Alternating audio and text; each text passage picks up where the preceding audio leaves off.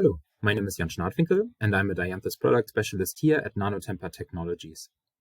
If you came to watch this video, you have probably learned about Dianthus already, and you are interested in how it can be used for the screening of a small molecule library in a fully automated setup. I will present to you a case study which is a great example for the screening capabilities of Dianthus, and in this video you will learn how we set up the screen from assay development over single-dose screen and hit selection to hit validation and affinity measurements. I will also show you the results obtained from the measurements, and I will give you a quick overview about the software and how you can analyze your screens. So let's get started. This case study was performed on Dianthus, our screening platform for your most challenging interactions. Dianthus uses the novel Spectral Shift technology, which relies on the sensitive detection of binding events by monitoring subtle changes in the emission spectrum of a fluorophore. This enables you to measure interactions both in solution and without immobilization, and also mass independently. Spectral Shift uses very small amount of samples and utilizes the commonly used 384 well plate format. This allows you to easily integrate Dianthus with any type of liquid handling and automation solutions already present in your laboratory. Now I would like to give you some more background on the screen, and I will start with the target. Our target was p38 alpha, a kinase which is known to be involved in many cellular pathways and to have many known interaction partners. As such, it is a very interesting target for drug development, and it is involved in many diseases. For the compounds, we used the Cayman kinase screening library. This library includes 155 inhibitors with a variety of different targets, some of them specific, some non-specific. And the assay was established using a positive control, also known as Doramaki mode. And this is a very highly potent inhibitor with high affinity, and it has been used in a couple of clinical trials, although it has never been released as a drug. Now, here you see a short overview about the timeline and the work that was conducted at each step. On day 1 in the morning, we started by preparing the sample, and that involved the labeling of the protein with NHS chemistry. The quality of the target was then analyzed using Prometheus Panther, and we followed up with target quality checks with the positive control. Once the assay conditions were validated and the activity of the target confirmed, we then performed the single-dose screen. The data analysis was done on the very same day, and the hits from the primary screen were selected for the subsequent affinity screen. Ensuring the integrity and activity of your target is very crucial for a successful screening campaign, and therefore quality checks should be implemented as early on as possible and throughout the whole screen. Here you see the thermal unfolding profile of p38 alpha before and after the labeling reaction, and in this case the dye had a very small stabilizing effect on the protein. Following the thermal stability, we then monitored the activity of the protein by measuring the interaction with the positive control. To derive the affinity, we record the spectral shift signal as a function of the ligand concentration. We then employ biophysical models to derive the affinity. Those initial measurements are very important and let you select the optimal assay conditions, including the incubation time, buffer optimization, and the target concentration. This illustration shows you the layout for the single-dose measurement, and of course it is very important to monitor the reference and the positive control throughout the screen.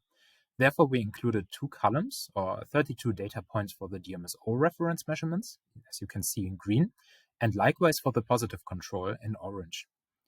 The 155 compounds were measured at 20 micromolar assay concentrations and in duplicates. The assay concentration of the target was 10 nanomolar. And before we take a look into the data, I would quickly show you how you can ensure the quality of your screen. What you see here is the analysis of the reference and the positive control samples that we talked about before. As you can see, we have a high reproducibility within each group, while maintaining a large signal change throughout the whole screen. Mathematically, the statistical effect size of the assay can be assessed by the Z factor, which combines the means and standard deviations for both the positive control and the negative control, or the DMSO reference, in this equation. When we plug in the numbers for this assay, we achieve a Z factor of 0.75, which is exceptionally high and an indication for the robustness of this assay. And now I would like to show you how we can analyze the results from a single-dose screen in the Dianthus screening analysis software. Here we are now in the software, and you see already on the left side a graphical representation of the data, and on the right side a table overview. The software will automatically categorize the compounds depending on their binding behavior, and you see that we have different categories such as the hit category or the non-binder category. I can simply click into an individual compound, and on the right side you see now that we have more information on this particular compound. On the top right you see the delta in the ratio, so the signal change that this compound causes, as well as the initial fluorescence and the well scans. The initial fluorescence is a very important quality control for the measurement, as well as the well scan.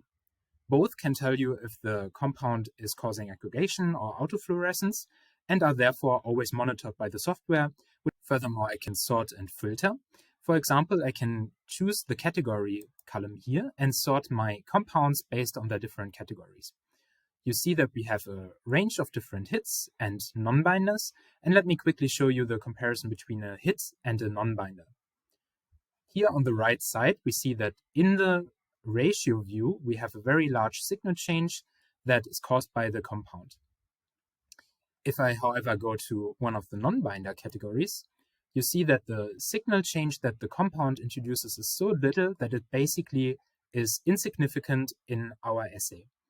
Therefore, this compound will be automatically placed in the non-binder category. Furthermore, I can filter my categories by selecting this icon here, and I can just look at the hit category. Now, you see that all of the compounds that I have selected are hits, and that is also represented here in this left side. The red shaded area that you can see in this plot is defined as the area of insignificance, and only if a compound introduces a spectral shift that is large enough so that the signal passes out of this area, the compound will be considered to be a hit.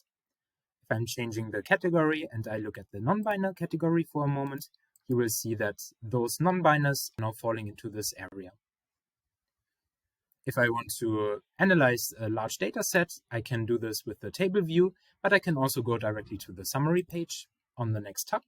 And here I'm presented with this pie chart diagram, which will present to me the categories that we have present in our data set. And in this case, we see that we have 26% hits, which are in total 41 of the compounds. If I want to export my data, I can click on the right side. And here I'm presented with a very large list of parameters that can all be exported. Of course, this list can be customized and saved. So whenever you want to export your data, you can use a template or you can customize your export. So after the primary screen, we identified 41 compounds that showed binding behavior.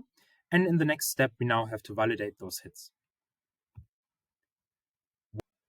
To find the right assay conditions and to ensure that the interaction is stable over a very long time, the original measurement between the positive control and the target was monitored over a long time period. And here you see how the affinity evolves over time. As you can see, this affinity is increasing over time, so we know that we have to incubate this interaction for a certain time period. And for this assay, we chose a time period of 4 hours.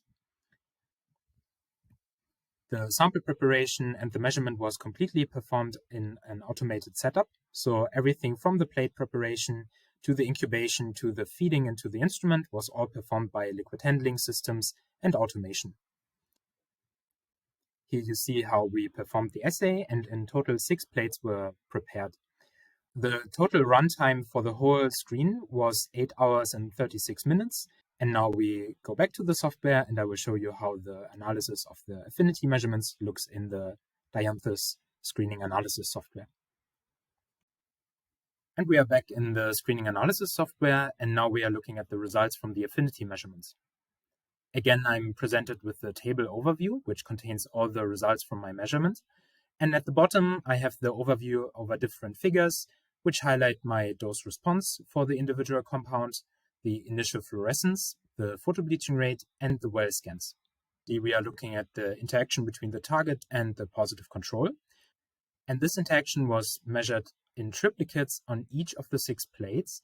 So in total, we have 18 replicates for this particular measurement. You can see that in the dose response, we have a very high reproducibility, And we see that we have a very high affinity for this interaction with almost 2 nanomolar. I can again use the table to sort my data. And if I click here, the data will be ranked by affinity.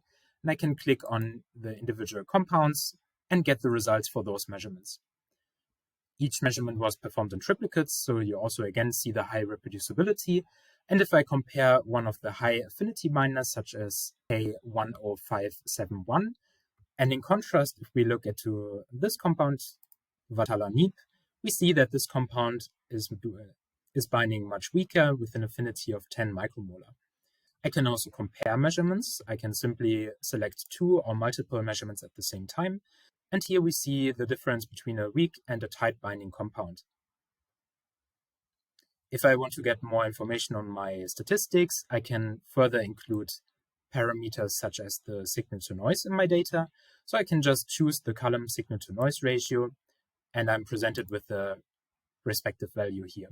And I see that both of those compounds have a very high signal to noise level with over 24 or 27 respectively. If I'm now going to the summary page, I'm again presented with my overview. And in this case, I'm not only getting the pie chart, which highlights the different categories, but I'm also getting the histogram at the bottom of the window, which indicates the different binding strength that we have present in our assay. And out of the 41 hits that we confirmed from the primary screen, we could identify that 30 of them are actual binders. Now, again, I can customize my export. So I'm going to this panel here. And again, I have a very large selection of parameters that I can select and thereby customize my export. I can save the settings for further measurements, for further analyses. And if I want to repeat a certain analysis, I can just use the existent preset of export. The exported data can then be uploaded in any kind of data analysis program, for example, into gene data. So let's summarize. Dianthus lets you measure robust affinity-based primary screens. It is a reliable biophysical method that gives you affinities with very high signal to noise. It is a platform that is ready for automation. You can easily integrate it in any automation setup. And last but not least, the software is very intuitive to use, and it shows you all the relevant information on a glance. I hope you enjoyed this short overview for Dianthus and how it can be used in an automated setup. And I thank you for watching this video.